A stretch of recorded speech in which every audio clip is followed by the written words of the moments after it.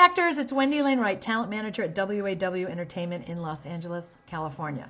And I wanted to do a video today about how to audition for bigger roles.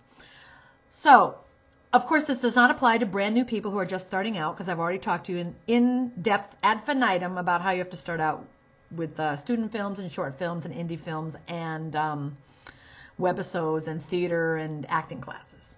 That's your plan for the whole next 2-3 years, okay? But once you've done that for a while and you've started to audition for smaller roles, and let's say you're doing TV work and you've done a couple co-stars, maybe 4 or 5 different co-stars on different things, and now you want to start doing guest starring work, and you want to become maybe a reoccurring, a regular on a series, you got to make some kind of strategic decisions here. So one agent that I know had a conversation with one of my clients, and they decided that they were going to turn down any co-star roles that a casting director was calling someone in for, and they were only going to submit the actor on guest starring roles. And that is how you kind of inform casting directors that you're no longer doing co-star work, you're doing guest star work now, and every actor kind of moves up that ladder. You kind of have to feel it out for yourself and see if you're ready for that, and if you're willing to start turning down co-star stuff and stand firm in that you're only willing to do guest star work. And you have to talk to your agent about that and have a really serious conversation about that, because some agents maybe don't want to do that. You know, maybe they just want you to take whatever comes along, and they're not looking at your career in the big picture. So you have to look at your career in the big picture and see if that's right for you. Another way that you could start moving your career to the next level and start getting bigger roles, and I highly recommend these 2 ways. One, you've got to start networking and building relationships outside of what your agent's doing for you or what your manager's doing for you. I'll talk about that a little more in a minute. And 2, creating your own content. So let's first talk about networking. It is your job as an actor to go meet producers and writers and other people in the industry who can get you auditions. Someone who sees your work in a play or sees your work, you know, you meet at a party, you meet at a networking event, you make contact with that person, you keep in touch with them, you follow up, you have coffee, you have dinner, you send them your reel, you bond over skiing or sailing or dogs or whatever it is you have on common ground with that person, and you build a relationship. You're trying to build relationships with people, you know, not just like, hi, I need 1,000 people to know me, but it's more like building intense relationships with several people in the business who can further your career. And you build it on real connection, something you really have in common, something you really like about this person, not because you're using them, because they are someone you like, you admire, you appreciate them for what they do, and you have something in common. And they can also help your career, okay? But you gotta like genuinely start to like this person, and what can you do for them, okay? But that's another thing, how to build contacts. We'll talk about that another time. But so with these contacts that you're building, you need to be building opportunities for you to audition for them and do work. Well, let me tell you a story. I have this client who I will not say her name, but she plays softball. And she plays softball on a softball team with a very, very big director. And this director was talking to her husband one day at a game. And after that, she said to her husband, do you know who you were just talking to?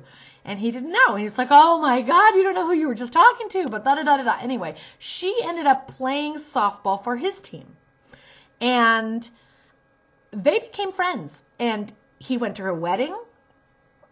And later, as a wedding gift, he stood up at the wedding and just like said it was a pleasure to know her, and he's been great, you know, glad to be friends with her and blah, blah, blah. And then he gave her, he said, she doesn't know this yet, but I'm giving her an audition for one of my films. And it was a huge film, and she actually booked the role.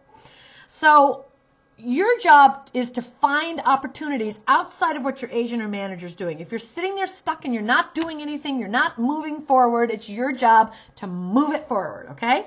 That's one way, through the individual contacts that you meet outside in the business. You got to throw yourself into it. Go to film festivals, go to industry parties, go to workshops, go to networking events.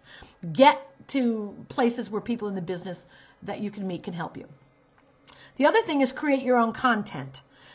Nowadays we have such high definition, you know, cameras, and people are making their own projects all the time. Webisodes are a great thing.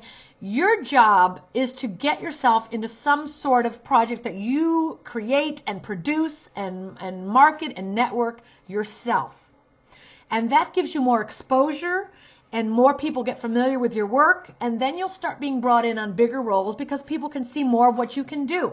So let's say you're an actress and you want to play a rape victim or a lawyer or whatever. You write a script or get with some other people who write and write some material that is really going to show you in a character transitions and character arcs, and is going to show different sides of this character in depth.